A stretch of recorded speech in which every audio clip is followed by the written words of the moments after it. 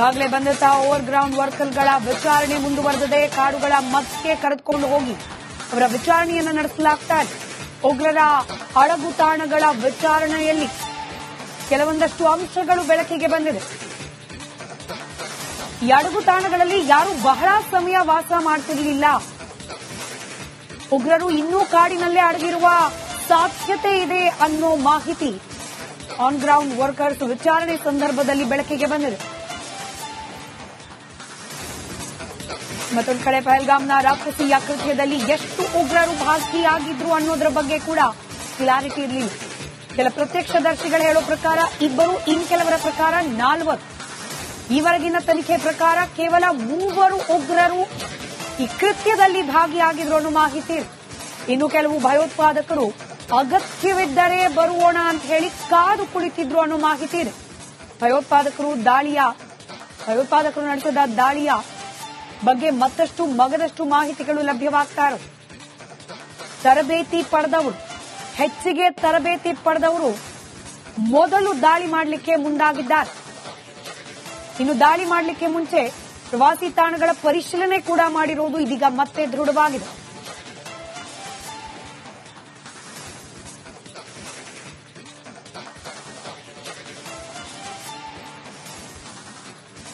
ಮತ್ತೊಂದು ಕಡೆ ಶ್ರೀನಗರದ ಎಂಟ್ರಿ ಹಾಗೆ ಎಕ್ಸಿಟ್ ಪಾಯಿಂಟ್ಗಳಲ್ಲೂ ಕೂಡ ಭದ್ರತಾ ವ್ಯವಸ್ಥೆಯನ್ನ ಹೆಚ್ಚು ಮಾಡಲಾಗಿದೆ.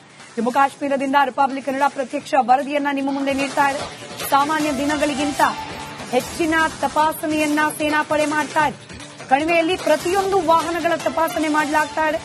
ಅನುಮಾನಾಸ್ಪದ ವ್ಯಕ್ತಿಗಳ ದಾಖಲೆಗಳನ್ನ ಪರಿಶೀಲನೆಗೆ ಒಳಪಡಿಸಲಾಗ್ತಾ ಇದೆ. ಜಮ್ಮು ಕಾಶ್ಮೀರದ ಪೂಂಚ್ ಭಾಗದಲ್ಲಿ ಐಇಡಿ ಬ್ಲಾಸ್ಟ್ ಮಾಡಬೇಕು ಅನ್ಕೊಂಡಿದ್ದ ಉಗ್ರರಿಗೆ ಈಗ ನಮ್ಮ ಸೇನೆ ತಕ್ಕ ಉತ್ತರವನ್ನ ನೀಡಿದೆ. ಈ ಐಇಡಿಗಳನ್ನ ತನ್ನ ವಶಪಡಿಸಿಕೊಂಡಿದೆ. 3 ಟಿಫನ್ ಬಾಕ್ಸ್ ನಲ್ಲಿದ್ರೆ 2 ಬಕೆಟ್ ನಲ್ಲಿ ಇರಿಸಲಾಗಿತ್ತು. ಆ ಐಇಡಿಗಳನ್ನ ವಶಪಡಿಸಿಕೊಂಡ ಕೂಡಲೇ ಇಲ್ಲಿ ಜಮ್ಮು ಕಾಶ್ಮೀರದ ನಗರ ಭಾಗದಲ್ಲಿ ಇದ್ದೇನೆ ನಾನು. ಈಗ ಶ್ರೀನಗರದ ಎಂಟ್ರಿ ಪಾಯಿಂಟ್ ನಲ್ಲಿರುವಂತದ್ದು ತುಂಬಾ ಕ್ಲಿಯರ್ ಆಗಿ ಒಂದು ಅರ್ಥ ಆಗ್ತಿರುವಂತದ್ದು ಏನಂದ್ರೆ, ನಗರ ಭಾಗವನ್ನ ಹೊರತುಪಡಿಸಿ ಗಡಿ ಭಾಗಗಳಲ್ಲಿ ಇಲ್ಲಿಯವರೆಗೂ ಸೆಕ್ಯೂರಿಟಿ ಹೆಚ್ಚಳ ಮಾಡಲಾಗಿತ್ತು ಯಾವಾಗ ಪಹಲ್ಗಾಮ್ ಇನ್ಸಿಡೆಂಟ್ ನಡೀತು. ಅದಾದ ನಂತರ ನಗರದ ಭಾಗದಲ್ಲಿ ಒಂದು ಪ್ರೋಟೋಕಾಲ್ ವ್ಯವಸ್ಥೆ ಇರಬಹುದಿತ್ತು, ಅಥವಾ ರೆಗ್ಯುಲರ್ ಪ್ರತಿ 1 ಗಂಟೆಗೆ ಒಮ್ಮೆ ಜವಾನರಿರ್ಬೋದು, ಪೊಲೀಸ್ ಇರ್ಬೋದು, ಇಲ್ಲಿ ರೌಂಡ್ಸ್ ಅನ್ನ ಹಾಕ್ತಿದ್ರು, ಗಸ್ತನ್ನ ತಿರುಗ್ತಾ ಇದ್ರು. ಆದ್ರೆ ಈ ಸದ್ಯದ ಮಟ್ಟಿಗೆ ಈ ಒಂದು ನಗರದ ಎಂಟ್ರಿ ಹಾಗೂ ಎಕ್ಸಿಟ್ ಪಾಯಿಂಟ್ ನಲ್ಲೂ ಕೂಡ ಸಿಆರ್ಪಿಎಫ್ ಹೊಸದಾಗಿ ಮತ್ತೊಂದು ಮತ್ತೊಂದು ಕೌಂಟರ್ ಅನ್ನ ಹಾಕಿರುವಂತದ್ದು, ಇಲ್ಲಿ ಚೆಕ್ ಪಾಯಿಂಟ್ ಅನ್ನ ನಿರ್ಮಾಣ ಮಾಡಿರುವಂತದ್ದು. ಯಾವುದೇ ಸಂದರ್ಭದಲ್ಲೂ ಕೂಡ ಏನ್ ಬೇಕಾದ್ರೂ ಆಗಬಹುದು ಅನ್ನೋ ಒಂದು ನಿರೀಕ್ಷೆ ಇರೋದ್ರಿಂದ ಪ್ರತಿಯೊಂದು ವಾಹನವನ್ನ ಪ್ರತಿಯೊಬ್ಬ ಶಂಕಿತ ಹಾಗೂ ಅನುಮಾನಾಸ್ಪದ ವ್ಯಕ್ತಿಯನ್ನ ಪರಿಶೀಲನೆಗೆ ಒಳಪಡಿಸ್ತಾ ಇದ್ದಾರೆ. ದಾಖಲಾತಿಗಳನ್ನ ಕೇಳ್ತಾ ಇದ್ದಾರೆ, ಆತನ ಅಡ್ರೆಸ್ ಅನ್ನ ತೆಗೆದುಕೊಳ್ತಾ ಇದ್ದಾರೆ, ಆತನ ಮೊಬೈಲ್ ನಂಬರ್ ಅನ್ನ ಪಡೆದುಕೊಳ್ತಾ ಇದ್ದಾರೆ, ಆತ ಎಲ್ಲಿಂದ ಬರ್ತಿದ್ದ ಎಲ್ಲಿಗೆ ಹೋಗ್ತಿದ್ದ ಅನ್ನೋ ಮಾಹಿತಿಯನ್ನ ಕಲೆ ಹಾಕಿ ಡೈರಿಯಲ್ಲೂ ಕೂಡ ಬರೀತಾ ಇದ್ದಾರೆ. ಈ ಸದ್ಯದ ಮಟ್ಟಿಗೆ ಮಾಧ್ಯಮದ ಮುಂದೆ ಯೋಧರು ಬರುವಂತಿಲ್ಲ ಅನ್ನೊಂದು ಕಾರಣದಿಂದಾಗಿ ತಮ್ಮ ತಪಾಸಣೆಯನ್ನ ಬೇರೆ ಕಡೆ ಮಾಡ್ತಿದ್ದಾರೆ. ಆದ್ರೆ ನಗರ ಭಾಗದಲ್ಲಿ ಇಷ್ಟು ದಿನಗಳ ಕಾಲ ಇದ್ದಿದ್ಕಿಂತ ಇವತ್ತು ಹೆಚ್ಚಿನ ತಪಾಸಣೆಯನ್ನ ಇಲ್ಲಿರುವಂತಹ ಯೋಧರು ಆರಂಭ ಮಾಡಿರುವಂತದ್ದು. ಅಲ್ಲಿನ ಅಂದ್ರೆ ಪೂಂಚ್ನಲ್ಲಿ ಆದ ಎಫೆಕ್ಟ್ ವತಿಯಿಂದ ನಗರದ ಜನರಿಗೆ ಸಮಸ್ಯೆ ಆಗಬಾರದು ಅನ್ನೊಂದು ಕಾರಣದಿಂದಾಗಿ ಈ ಸದ್ಯದ ಮಟ್ಟಿಗೆ ತಪಾಸಣೆಯನ್ನ ಹೆಚ್ಚು ಮಾಡಲಾಗಿದೆ.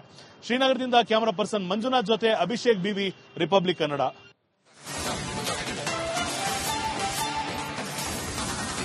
ಈಗಾಗಲೇ ಬಂದಂತ ಓವರ್ ಗ್ರೌಂಡ್ ವರ್ಕರ್ಗಳ ವಿಚಾರಣೆ ಮುಂದುವರೆದಿದೆ. ಕಾಡುಗಳ ಮಧ್ಯೆ ಕರೆದುಕೊಂಡು ಹೋಗಿ ಅವರ ವಿಚಾರಣೆಯನ್ನು ನಡೆಸಲಾಗ್ತಾ ಇದೆ. ಉಗ್ರರ ಅಡಗುತಾಣಗಳ ವಿಚಾರಣೆಯಲ್ಲಿ ಕೆಲವೊಂದಷ್ಟು ಅಂಶಗಳು ಬೆಳಕಿಗೆ ಬಂದಿದೆ. ಈ ಅಡಗುತಾಣಗಳಲ್ಲಿ ಯಾರು ಬಹಳ ಸಮಯ ವಾಸ ಮಾಡ್ತಿರಲಿಲ್ಲ.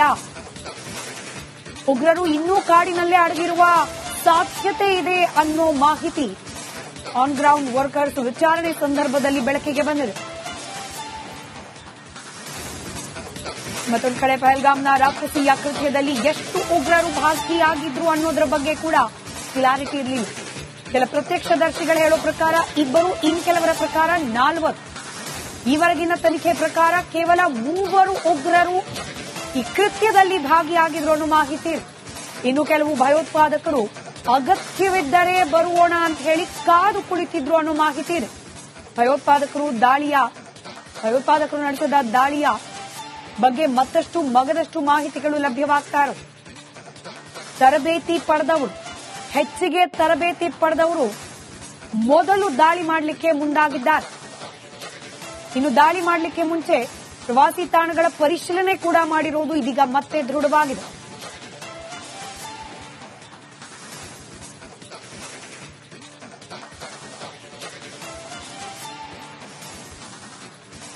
ಮತ್ತೊಂದು ಕಡೆ ಶ್ರೀನಗರದ ಎಂಟ್ರಿ ಹಾಗೆ ಎಕ್ಸಿಟ್ ಪಾಯಿಂಟ್ಗಳಲ್ಲೂ ಕೂಡ ಭದ್ರತಾ ವ್ಯವಸ್ಥೆಯನ್ನ ಹೆಚ್ಚು ಮಾಡಲಾಗಿದೆ. ಜಮ್ಮು ಕಾಶ್ಮೀರದಿಂದ ರಿಪಬ್ಲಿಕ್ ಕನ್ನಡ ಪ್ರತ್ಯಕ್ಷ ವರದಿಯನ್ನ ನಿಮ್ಮ ಮುಂದೆ ನೀಡ್ತಾ ಇದೆ.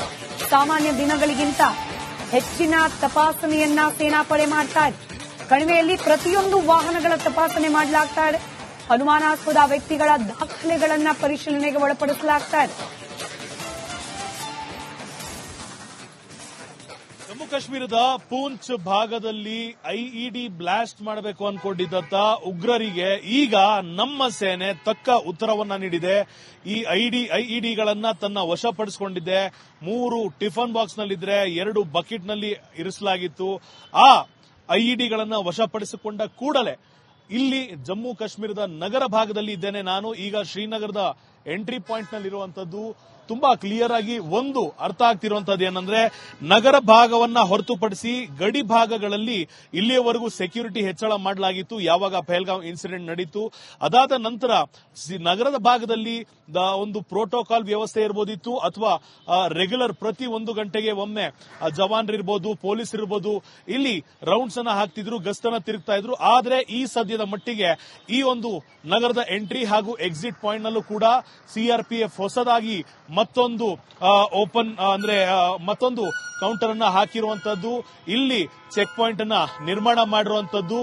ಯಾವುದೇ ಸಂದರ್ಭದಲ್ಲೂ ಕೂಡ ಏನ್ ಬೇಕಾದ್ರೂ ಆಗಬಹುದು ಅನ್ನೋ ಒಂದು ನಿರೀಕ್ಷೆ ಇರೋದ್ರಿಂದ ಪ್ರತಿಯೊಂದು ವಾಹನವನ್ನ ಪ್ರತಿಯೊಬ್ಬ ಶಂಕಿತ ಹಾಗೂ ಅನುಮಾನಾಸ್ಪದ ವ್ಯಕ್ತಿಯನ್ನ ಪರಿಶೀಲನೆಗೆ ಒಳಪಡಿಸ್ತಾ ಇದ್ದಾರೆ. ದಾಖಲಾತಿಗಳನ್ನ ಕೇಳ್ತಾ ಇದ್ದಾರೆ, ಆತನ ಅಡ್ರೆಸ್ ಅನ್ನ ತೆಗೆದುಕೊಳ್ತಾ ಇದ್ದಾರೆ, ಆತನ ಮೊಬೈಲ್ ನಂಬರ್ ಅನ್ನ ಪಡೆದುಕೊಳ್ತಾ ಇದ್ದಾರೆ, ಆತ ಎಲ್ಲಿಂದ ಬರ್ತಿದ್ದ ಎಲ್ಲಿಗೆ ಹೋಗ್ತಿದ್ದ ಅನ್ನೋ ಮಾಹಿತಿಯನ್ನ ಕಲೆ ಹಾಕಿ ಡೈರಿಯಲ್ಲೂ ಕೂಡ ಬರೀತಾ ಇದ್ದಾರೆ. ಈ ಸದ್ಯದ ಮಟ್ಟಿಗೆ ಮಾಧ್ಯಮದ ಮುಂದೆ ಯೋಧರು ಬರುವಂತಿಲ್ಲ ಅನ್ನೊಂದು ಕಾರಣದಿಂದಾಗಿ ತಮ್ಮ ತಪಾಸಣೆಯನ್ನ ಬೇರೆ ಕಡೆ ಮಾಡ್ತಿದ್ದಾರೆ. ಆದ್ರೆ ನಗರ ಭಾಗದಲ್ಲಿ ಇಷ್ಟು ದಿನಗಳ ಕಾಲ ಇದ್ದಿದ್ಕಿಂತ ಇವತ್ತು ಹೆಚ್ಚಿನ ತಪಾಸಣೆಯನ್ನ ಇಲ್ಲಿರುವಂತಹ ಯೋಧರು ಆರಂಭ ಮಾಡಿರುವಂತದ್ದು. ಅಲ್ಲಿನ ಅಂದ್ರೆ ಪೂಂಚ್ನಲ್ಲಿ ಆದ ಎಫೆಕ್ಟ್ ವತಿಯಿಂದ ನಗರದ ಜನರಿಗೆ ಸಮಸ್ಯೆ ಆಗಬಾರದು ಅನ್ನೊಂದು ಕಾರಣದಿಂದಾಗಿ ಈ ಸದ್ಯದ ಮಟ್ಟಿಗೆ ತಪಾಸಣೆಯನ್ನ ಹೆಚ್ಚು ಮಾಡಲಾಗಿದೆ. ಶ್ರೀನಗರದಿಂದ ಕ್ಯಾಮರಾ ಪರ್ಸನ್ ಮಂಜುನಾಥ್ ಜೊತೆ ಅಭಿಷೇಕ್ ಬಿವಿ, ರಿಪಬ್ಲಿಕ್ ಕನ್ನಡ.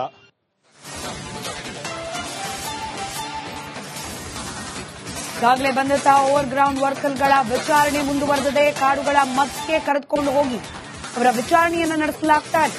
ಉಗ್ರರ ಅಡಗು ತಾಣಗಳ ವಿಚಾರಣೆಯಲ್ಲಿ